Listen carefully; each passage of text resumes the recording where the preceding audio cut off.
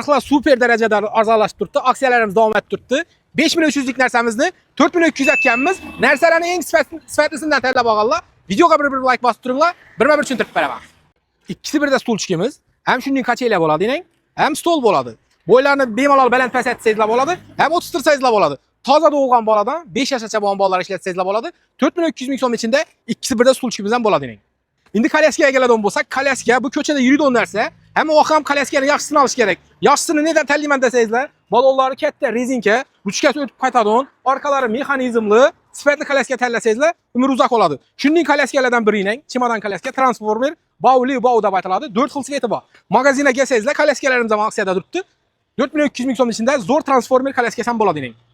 Legendem yaxşısını almasayızlar, indi ballara işlətiladi, taza ballara, doğulgan ballara işlətiladi. İndi köp plasmas legenlərin isi boladı. Çünki legendi kara balasılar Zayçikdən buradan bərəmiz. Yine əmmə klientlarımız tələb alıb tutdu. Hələ heç kim yaman degen adam bulmağa. Alğan klientlarımız karındaşlarına, danışıqlarına kəsiyyət tutdu. 4300 ming so'm içində Zayçik borumuzdan orijinalindən boladı. Həmən ərsəz komplekt içində. Şezlonga gələn bolsaq, şezlongun en zor tərəfi taza doğulgan balağa alsayızlar sıraz yatırıb işlətsizlər boladı.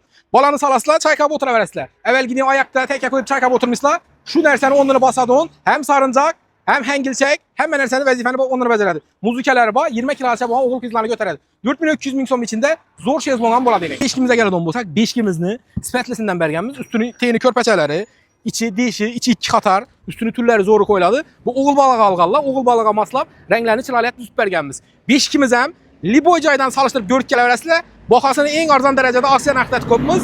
Dükana gelseyizler renkleri köp təlle bala. Mebellerimize gələn bolsaq, mebelimizdən çıraylı appaq MDF-dən bərgənmiz. İçləri gen. Bir yan tərəflərində giyimlərini asıb qoyadakən, bellərində köş pöşlərini qoyadı. Bir yan tərəfə minək. Çünki pol kəsib aydı. Tak, davutçikləri ilə vakumlu ilə baytaladı. Özəm MDF şax brenddən teyində tartmaları var. Boylaram belend, enlərəm enli boladı. Mebellərimizə gələn bolsaq, mebellərimizdə nakşın hər xılısı var. Dükana gələsilər, görüb təlləb ala verəsilər. Bu klientimiz şu modeldən təlləyən 4300 ming so'm içində MDF şkafan boladı. Bu aksiya narxlarda alış üçün teydə nomer qoyaman, telefon etib mənzilin anlıqla sayızla boladı. Ya dükana gələsilər. Narxlarımızdan muhakkak skipkə narxlarda. Köp insanlar komentar yazıb tutdu. YouTube'da, Instagram'da, TikTok'da aksiya hələ davam etdirtmə də.